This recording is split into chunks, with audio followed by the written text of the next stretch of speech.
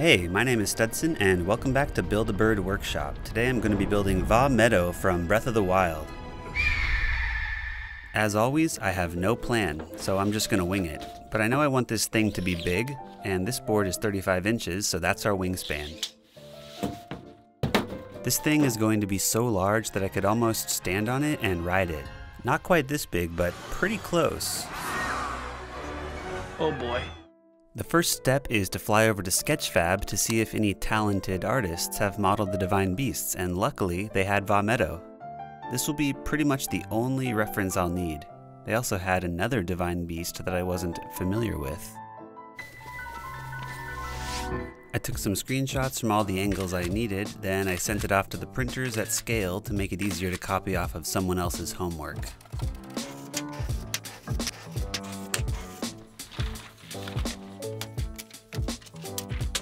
And I made it double-sided for quick reference between the two sides. One thing you're going to notice is that I went pretty heavy on the XPS foam for this project. I feel a little guilty about this, as if I have a parasocial obligation to always be using garbage. Like I've broken the unspoken channel rule by using something that isn't salvaged junk. And if you agree with this fake argument I just invented, maybe we should just settle this one-on-one.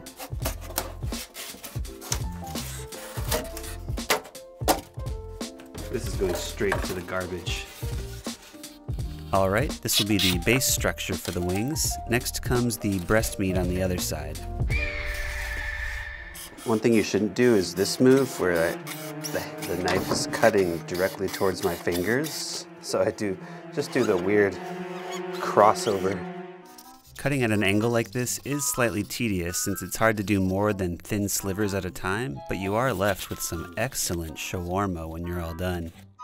And after all the slicing, I sanded it outside to avoid the lung cancer particulate.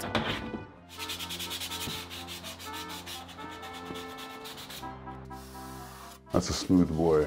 To sandwich the two sides together, I went with a condiment spread of some construction adhesive, and then I realized, oh no, I shouldn't have done that because I needed to cut out these holes first before making it a double-decker sandwich. That's a perfect circle. Time to improvise hole cutting with some trash. Nice. And a couple smaller flesh plugs to pull out on the wings. Ooh, it's even more satisfying than it looks. Really nice. Next we're gonna finesse these wingtips, do some more shawarma slicing. Shawarma! Delicate work it is. Next I'm tracing out this thing, the big shrimp curve on the bottom. There's so many parts on this whole bird that don't really have names, so we'll just make them up as we go. To make the shrimp embellishment, I'm using dollar store foam board. Oh, it's always such a treat when you can get the skin off in one fell swoop. I sliced the shrimps at an angle so they would blend easier into the rest of the body, but there's still some cracks that need to be filled with goop. This is acrylic modeling paste. It's one of my favorite goops for filling cracks and smoothing out textures, but to get it even extra smooth, just wet your finger with water, and then smooth it out. These are something to do with binders, no idea what they're for. I'll just call them some plastic slammers. And then in no particular order, we're jumping back over to the feathers where I'm adding a little bevel to go around the fingers, the dactyls, I don't know. What are bird wing fingers called? Okay, I just looked it up and I don't think these would be fingers because they don't got no bones in them. I think these are the primaries because they're feathers. Next, using some sewing pins, you can use them to keep pesky uncooperative foam in place while the glue dries. This is a neat trick I learned from Weltenbauer Club. Weltenbauer Club. Weltenbauer Club? Weltenbauer Club. Thank you, Weltenbauer Club. Check out Weltenbauer Club. We'll finish up the bottom of the primaries here. That's our bird word from earlier. Then we'll start working on these port windows on the front. I bought a couple utility shelves to hold the junk in my junk closet. And they came with these nice little plastic spacer discs that make good enough windows once you add a little windowsill made out of garden wire. Stab those into the chest. Then for some extra window embellishment, I'm adding some extra chain I have, but good students will remember that this is 2mm rectangular box chain. Nylon washers make pretty useful crafting material, and they come in a nice organized box of various sizes, unless you accidentally leave it on the edge of your desk and then drop it. I should pay someone to organize it. But now it's a fun minigame where I can hunt for the one I need. The tiny ones make nice little Sheikah designs around the perimeter of the window, and for extra window embellishments, yeah, you know where we're going. This tiny horseshoe marks a huge deviation away from the Sheikah design, but oh well. This is one of those design details of don't look too closely or you'll see how inaccurate it is. A few of the windows have window shutters made from gear charms which I glued on completely crooked. That's better. Next, for these inverted sky domes, you might recognize what I'm going to use. That's right, in 1999, Burger King unknowingly included suffocation devices in their kids' meals toys. You could return them to the restaurant for a small fry, but they're such a cool prop. They don't pose any danger to me though, as an adult man. This is the rare scalene triangle ketchup bottle holder, and it's a perfect base for one of these balls. Then a wooden clothespin for part of the rails that link zip lines onto. You know, I think I deserve a trophy for all this innovative junk usage. Don't preen yourself just for doing your job. All I need from this are the little Sheikah handles on the side. Uh-oh. That piece actually might be gone. Oh, is that half a vitamin?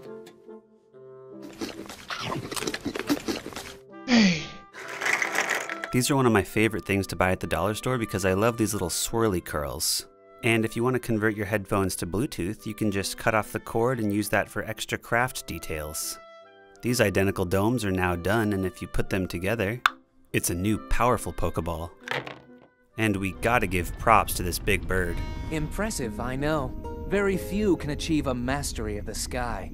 Vah Medoh is actually an octocopter, and we'll start with the 6 sets of propellers on the wings. Toothpaste caps. Wood craft discs. Whatever these are. Vegetable broth caps. Another kind of cap. And ice cream sample spoon.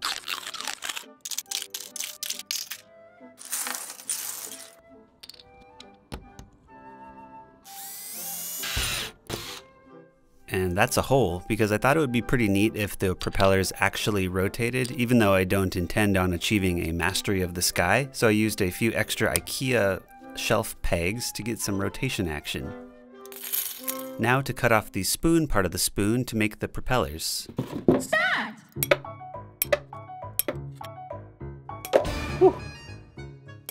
Ooh, let's go for a turkey. Oh, dude, perfect. I gotta get one in the wide, one in the wide.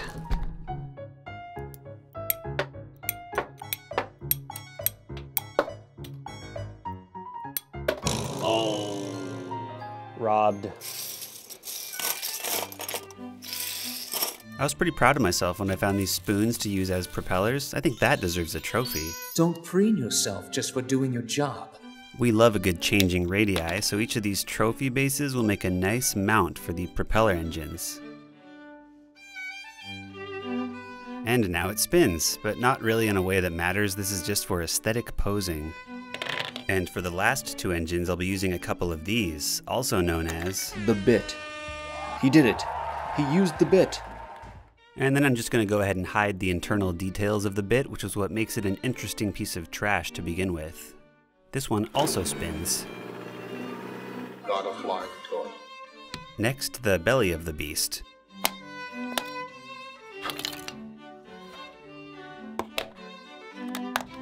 I've been keeping takeout containers for their lovely outer shell texture.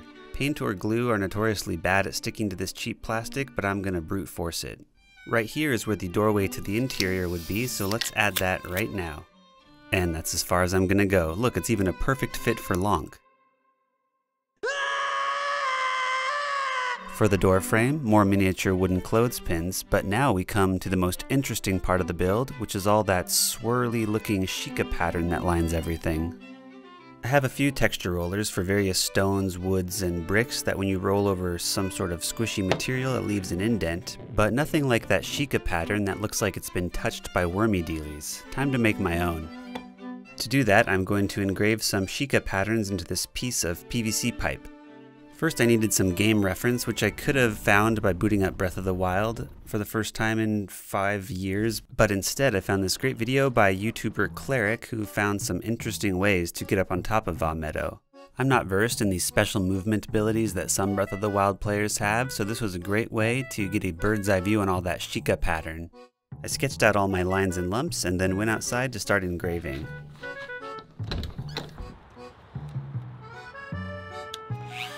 And the reason I went outside is that this gets very messy and I didn't want to turn my room into a microplastic winter wonderland. Also, it took about 6 hours. But I think the results were really worth it. And did I say 6 hours? I mean 12 hours, because I made a second one with a slightly tighter pattern. This will be useful in all sorts of sculptable things, but I'm first starting with some epoxy sculpt rolled out into a long snake. This was my first attempt with the roller, and I wasn't sure if it was going to come out looking like extra crispy garbage, so I first did it on the bottom of the bird where no one will see it, away from judging eyes. Oops, all S's. These are some epoxy sculpt little worms I made that appear in the game as these little wing decals. I'm not sure why it's an S, but it's probably a little Easter egg from Eiji Aonuma as a little nod to Studson Studio. Next I'm going to make the shoulder pads of Vah Medoh. Bird people, do birds have shoulders? First a piece of dollar store foam board as our canvas. Then for the frame we're making a perimeter from this weather stripping. This is my first time working with a rubberized foam material and it was a treat. Super flexible and the foam safe super glue set in like half a second. I'll fill these with some Sheikah texture in just a minute here, but first we have 4 more holes to fill and a big one right there. I'm just going to fill these with black paint because these are one of those details you're not supposed to look inside. It's just a shadow hole. Used water purification filter, but just the lips from the top because they're the perfect size to kiss the rims of our holes. We'll add a few gear charms to act as the grating on top, and then a couple other gear charms as the fan that lays underneath. But the ones on the wingtip need some height by way of this cap. And with that, it's Sheikah texture time for all this real estate. I'll be using Das clay, or the clay for non-German speakers. I'm smearing on a little tacky glue and then laying on a raw patty of air-dry clay and squishing it into the frame. To make sure the clay doesn't stick to the roller, I'm lubricating it with a little baby oil. Oh, wetter than I thought. Ooh. Oh, I smell like a baby. With such an oily roller, it textured nice and smooth, no sticking at all, and the bird now smells like a baby nursery. There's probably a stork joke somewhere in there. For all the large swaths of land on the top of Vah Medoh, it was easier just to roll out a sheet of clay, texture it, and then trim the puzzle piece to the size I needed. It was nice to finally add this texture because I finally had confidence that this build wouldn't just be a dumb pink block. Before texturing the rest of the back though, we need to fill out that spinal cavity. With a piece of foam board, I did a little improvisational circle cutting and then added an inner perimeter with more weather stripping. My partner recently lost one of her earrings, which is sad news for her, but great news for me because that means I got the extra and look at all that nice detail. And now we can fill out the rest of the Sheikah sections. I wanted to give you a good view on how each of these areas are blended together, so here you go.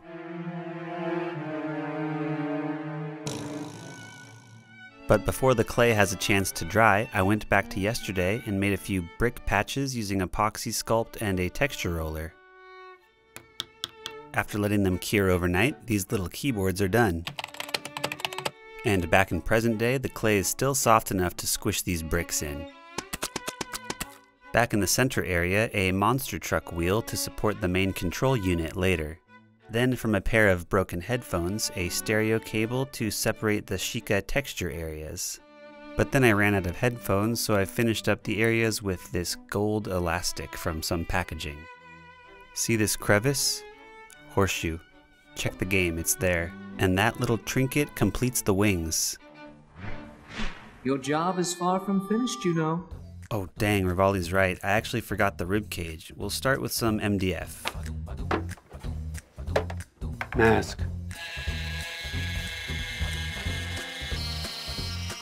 Save that sawdust flocking for later.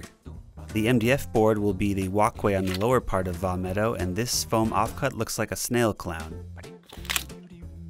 To give the board a bit of a bevel, I added 2 layers of foam board on either side, and then textured it a bit with a pencil and a crumpled up ball of aluminum foil. But for the actual ribcage, I'm using a takeout box. I enjoy the raised pattern on this box, and if we fan it out a little bit, we can get it to fit the curve of the ribcage. Takeout soup spoon. Makes a nice sternum. Then to fill out all those gaps, some strips of foam board to be the actual bird ribs, capped off with some textured epoxy sculpt to give it that Sheikah touch.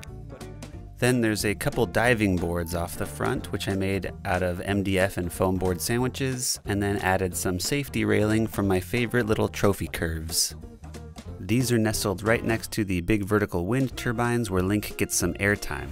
For the blades I used a gear charm, and then for the grates, my partner recently lost a pair of earrings, which is sad news for her, but then I found them, which is great news for me because they make a nice cover for these fan blades. I can't resist buying these miscellaneous bags of junk from the thrift store, even if there's only one thing inside that I want. These little trinkets are the thing that caught my eye though.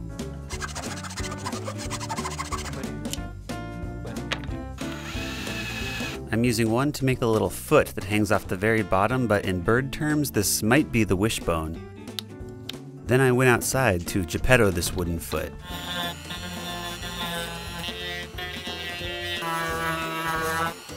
This bespoke door handle will be speared through the torso later, but that means we're done with the body and we're on to the tail feathers, or the rear end.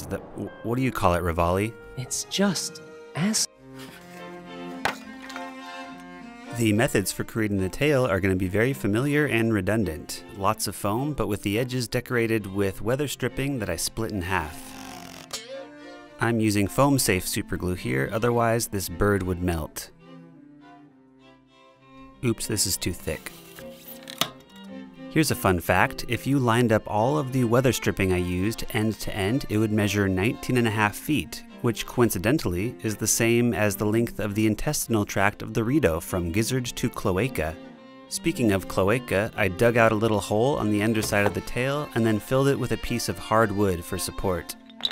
Vah Medoh's pelvic girdle also needs to support a couple legs, so I started making some hip support using more MDF board layered with foam board.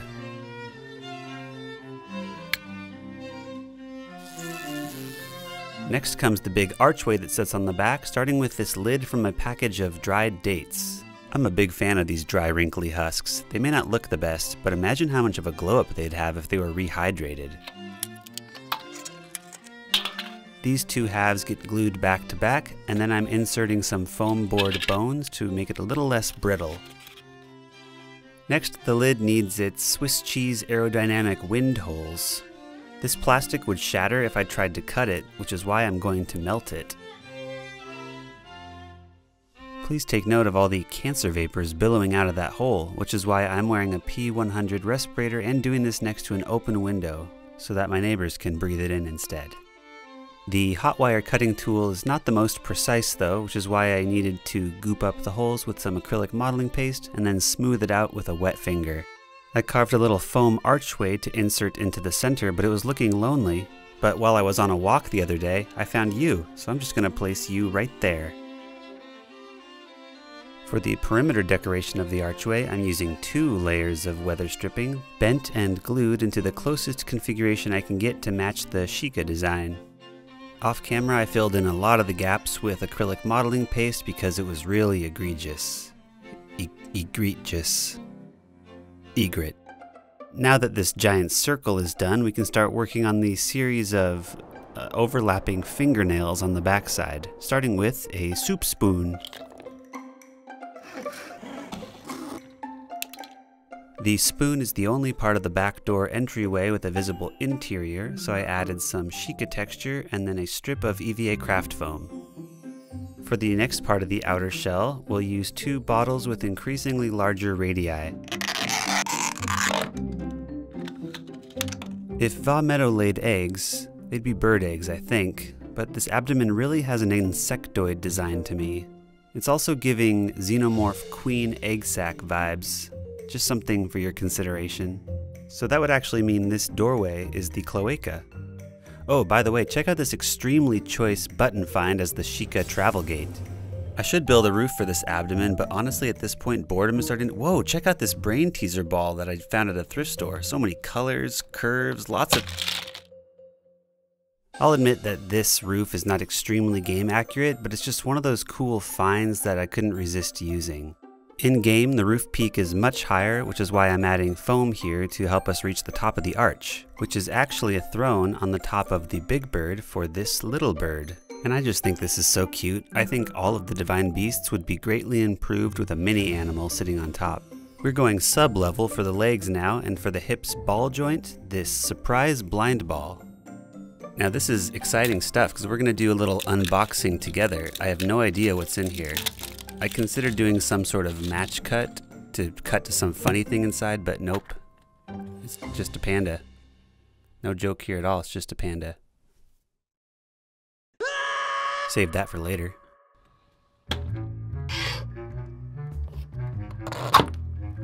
A spice jar limiter to help this fit flat against the body, but to mount it to the pelvis, it needs a hip hole.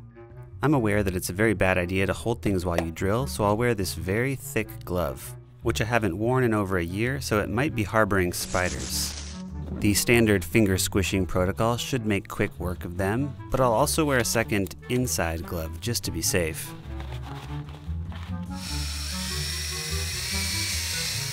Oh, and if you're wondering what the second blind ball had inside, it was this empty can of air, the nozzle of which will make a great bird hip. Just follow me off frame and I'll show you how to remove it. And they're a perfect fit for these little drumsticks. The legs won't actually be able to move, but I want to give the impression that they could, so I made a false knee out of a few pieces of trash. And I think that's great junk usage worthy of a few trophies. Don't free yourself. These trophies, minus the base, will make up the rest of the leg segments using a very advanced attachment technique of lots and lots of glue while I hold the legs in place at the right pose. But the final leg segment needs a slightly smaller bell curve, which is what this dollar store bell curve will be perfect for. And to attach the leg bone to the foot bone, a piece of this fidget toy. Aside from the slightly spinning propeller blades, this is the only point of articulation on the whole bird. And lastly, the feet. After cutting a couple foam trapezoids for the feet soles, I moved on to the talons, which are beads strung along some armature wire. Something about how grabby these feet look is very unsettling, but here you go, little guy.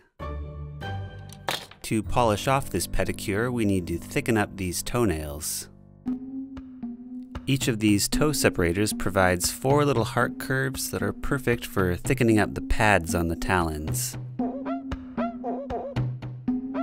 And with the feet complete, we can now flip the proverbial coin from tails to heads.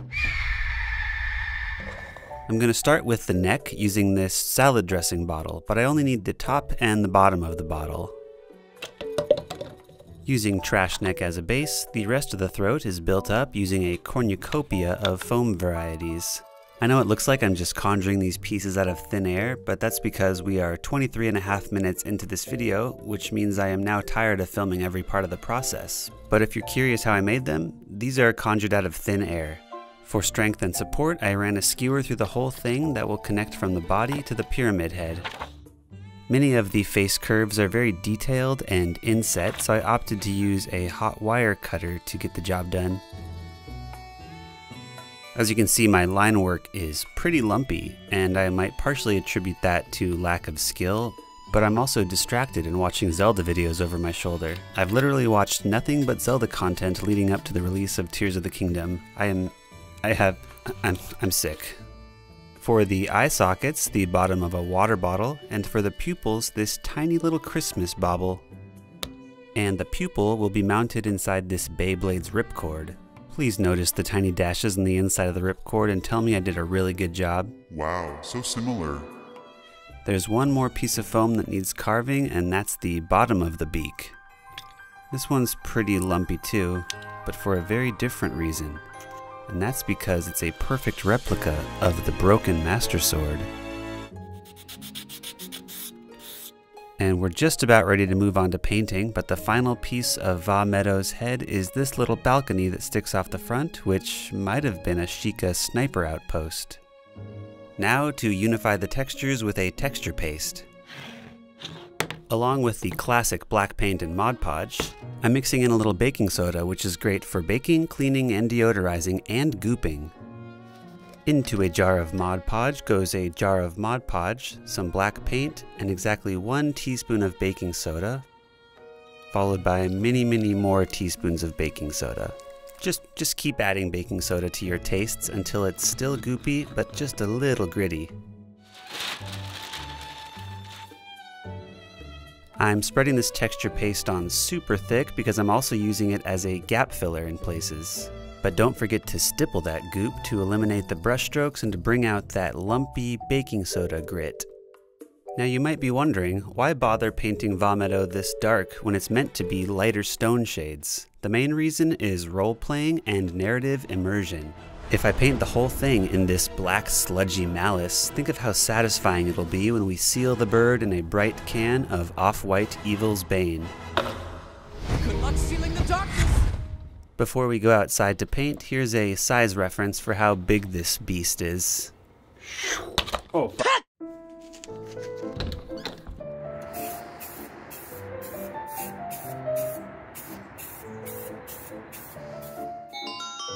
The first pass of painting is bronze for all of those unclimbable Sheikah glass-like metal areas. But this bronze paint looks more like copper to me, so I'm adding some pearlescent black paint to get that darker shade I'm looking for. Once I found my perfect bronzer shade, I painted in the rest of the metallic areas. The color scheme of Vah Medoh is mostly a family of browns, and this bronze will pop nicely against the yellow ochre that makes up the rest of the body.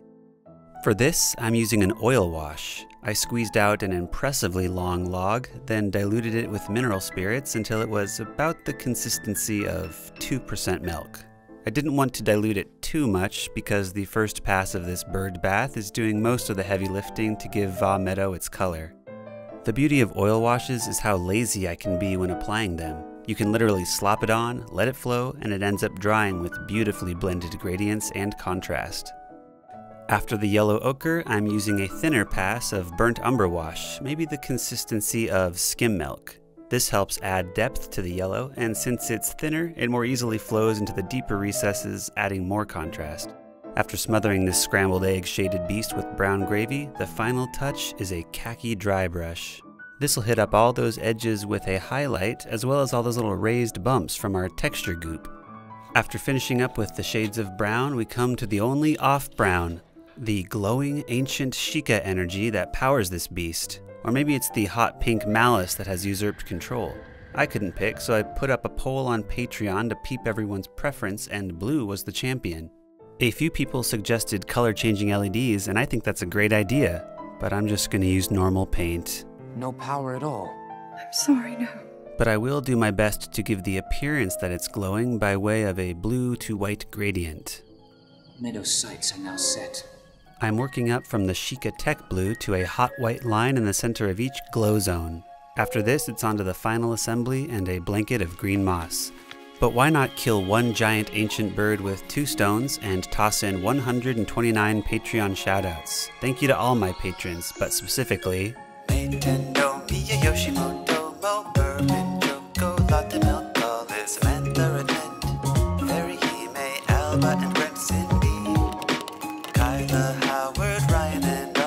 Justin, Lambert, Finn, and Sophie, Kayla, E, Belonga, Sunshine, Obadiah,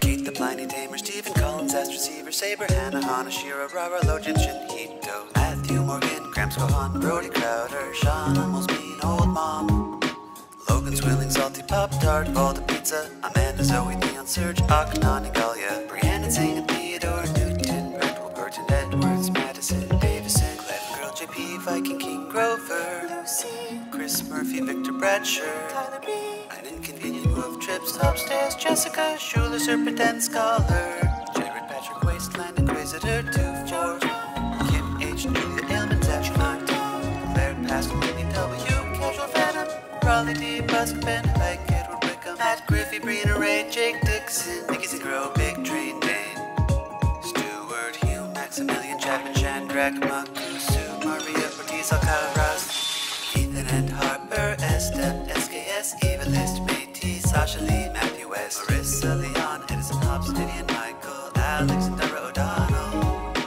Helen Marino, Roy Eltham, Christina, I can't think of a funny name, Caveman, Garbaldina, Lake and Abby, Fresh Shower, Primrose, Tyler, Spooky Raspberry, Sophie Watson, Hauser, Christopher Tuthu, Emily Marie, Sumi Ray and Giorgio, Kyle and Sally, Joseph O'Donnell, Brooke Colley, Brianna Cobble, James Planey, Samuel Thomas, Sam Button, Kiara Lawrence, and David C. and Madame Dragon, Amanda Banana, mystical #1 fan, Hannah Hickenlooper, Mama Son, Scott Flanders, Lost Courts, Kenzie Pow Pow, Dash and Cora, Maria Rada Connor, Sonny and Jade, Tara Fabaza, Emily Check, Eat Pet Larp, Deek, Icerin, Nelm, Chessara, Denya, Nick Trollis, HRAC, WC Purdy, Timothy Hathaway, Sriracha Cupcakes, Christopher Sanford, Rabbit, Bennett, Frank Sobucking.